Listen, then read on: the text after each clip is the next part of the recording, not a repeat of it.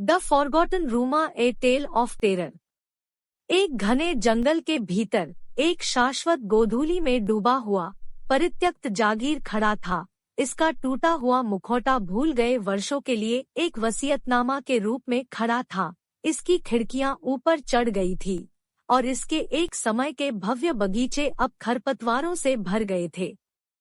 किंवदंतियां उन दुखद घटनाओं के बारे में फुसफुसा रही थी जो इसकी दीवारों के भीतर सामने आई थीं। रहस्यमय गुमशुदगी और अस्पष्टीकृत मौतें, नगरवासियों द्वारा भुला दिया गया जो इसे शापित मानते थे। जागीर ने जिज्ञासु दोस्तों के एक समूह को इशारा किया। जैसे ही दोस्त जागीर के पास पहुँचे, उनके मन में बेचैनी की भावना पैदा हो गई।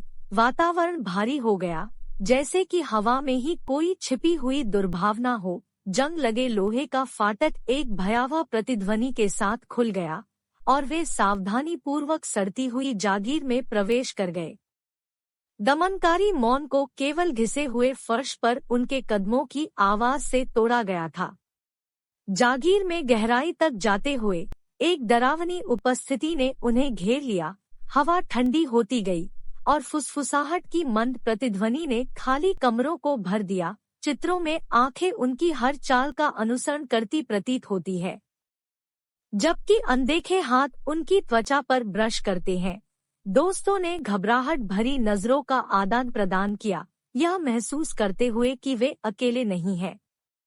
जिज्ञासा और घबराहट के मिश्रण से प्रेरित होकर दोस्तों ने जागीर के छिपे हुए कोनों का पता लगाना शुरू कर दिया।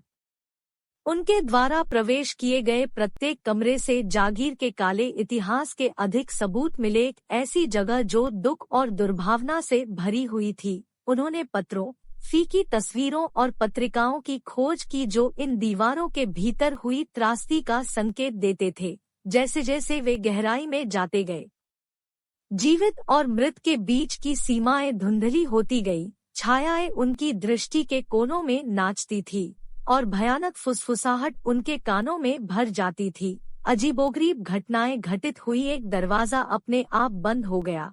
वस्तुएं बिना किसी स्पष्टीकरण के आगे बढ़ रही थी और एक हड्डियों को ठंडा करने वाली ठंड जो उनकी आत्माओं में रिस रही थी। दोस्त एक दुष्ट बल के बारे में तेजी से जागरूक हो गए जो उन्हें जागीर के भीतर फंसाने की कोशिश कर रहा था। उन्होंने खुद को अंतहीन गलियारों में खोया हुआ पाया। उनकी दिशा की भावना विकृत और विकृत हो गई। ऐसा लग रहा था कि समय सभी अर्थ खो रहा है, क्योंकि वे बाहर निकलने के लिए संघर्ष कर रहे थे। उनका डर हर गुजरते पल के साथ बढ़ता जा रहा था। भूतों से परेशान और अपने बढ़ते आतंक से पीड़ित दोस्तों ने महसूस किया कि बचने की उनकी एकमात्र उम्मीद जागीर के अभिशाप के पीछे की सच्चाई को उजागर करने में है। उन्होंने इसके अंधेरे अतीत के टुकड़ों को एक साथ जोड़ा जो इसकी दीवारों के भीतर सामने आई दुखद घटनाओं को जोड़ता है। उनकी जांच उन्हें एक भूल गए कमरे में ले गई जो जागीर के भीतर गहराई में छिपा हुआ था। जैसे ही उन्होंने दरवाजा खोला, बदतमीजी की एक लहर उन पर छा गई। उस कमरे में जो समय से अछूता था, उनके द्वारा मांगे गए उत्तर थे उन भयावहताओं का एक गंभीर अनुस्मारक जो इसकी सीमा के भीतर सामने आए थे। भूल गए कमरे में उन्हें एक डायरी मिली, निराशा और पागलपन का इतिहास। इसने बुराई द्वारा भस्म की गई एक पीड़ित आत्मा की कहानी का खुलासा किया, जिसने जागीर और उसमें प्रवेश करने वाले सभी लोगों पर अभिशाप छोड़ दिया था।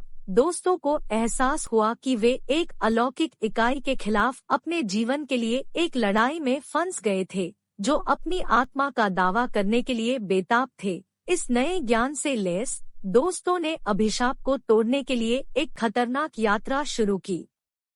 वे विश्वासघाती बाधाओं को पार करते हुए और अपने गहरे भय का सामना करते हुए प्राचीन अनुष्ठानों और सुरक्षात्मक तावीज़ों की तलाश करते थे। प्रत्येक कदम उन्हें अपने लक्ष्य के करीब ले आया, लेकिन उस दुष्ट शक्ति के भी करीब ले आया जो उन्हें नष्ट करने की कोशिश कर रही थी।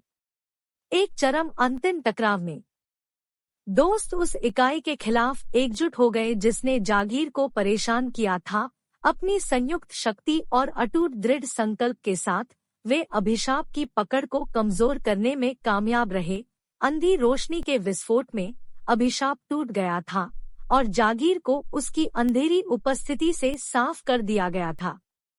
जैसे ही वे जागीर से बाहर निकले, थके हुए लेकिन विजयी दोस्तों को पता था कि उन्होंने एक बड़ी बुराई पर विजय प्राप्त कर ली है।